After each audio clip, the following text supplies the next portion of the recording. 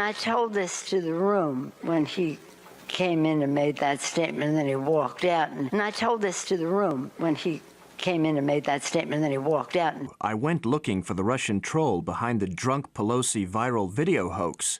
Turns out he's an itinerant forklift operator from the Bronx who's been secretly running hard-right news outlets across social media for years. Also, not Russian.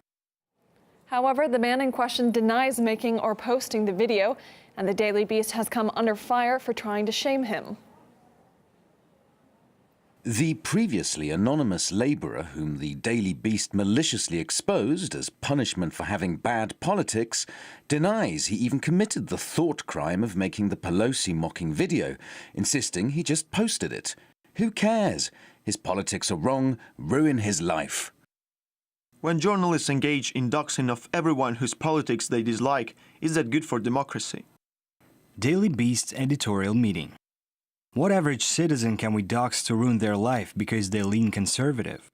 Well, there's this guy who drives a forklift during the day and makes memes at night.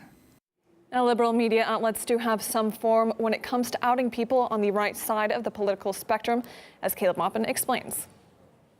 Was not a vast foreign conspiracy to undermine Nancy Pelosi's reputation after all. It was just a guy from the Bronx. And the fact that mainstream media gave this so much attention. Just one person with video editing software tricking people. I'm seeing a lot of people on Twitter saying you all were irresponsible for outing him. First of all, I think he outed himself, by attaching his name to several fake news sites that then pushed the video. Wait a second. Doesn't CNN have a bit of a record when it comes to outing the sources of memes and putting them in modern-day stocks?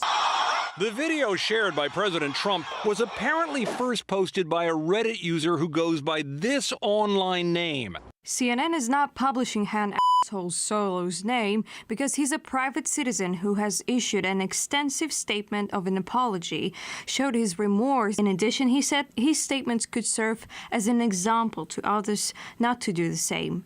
CNN reserves the right to publish his identity should any of that change. It sounds a little bit like a mafia shakedown. We'd sure hate for something to happen to you if you make the wrong move. And who can forget CNN tracked down Trump's supporter? Those were Russians. They were not Russians. I don't go with the Russians. That group was Russian. I have nothing to do with the Russians. Well, apparently you did.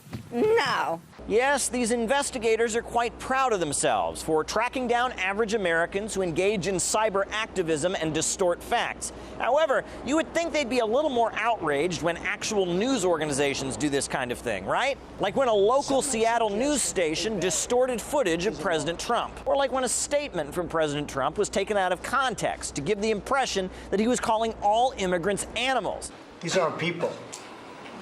These are animals. In reality, he was pretty obviously referring only to the members of criminal gangs. At this point, mainstream media is not going after its colleagues who engage in biased reporting or distort facts. Instead, it's got its eyes on average Americans who make the wrong move online. What we're seeing, this is not journalism.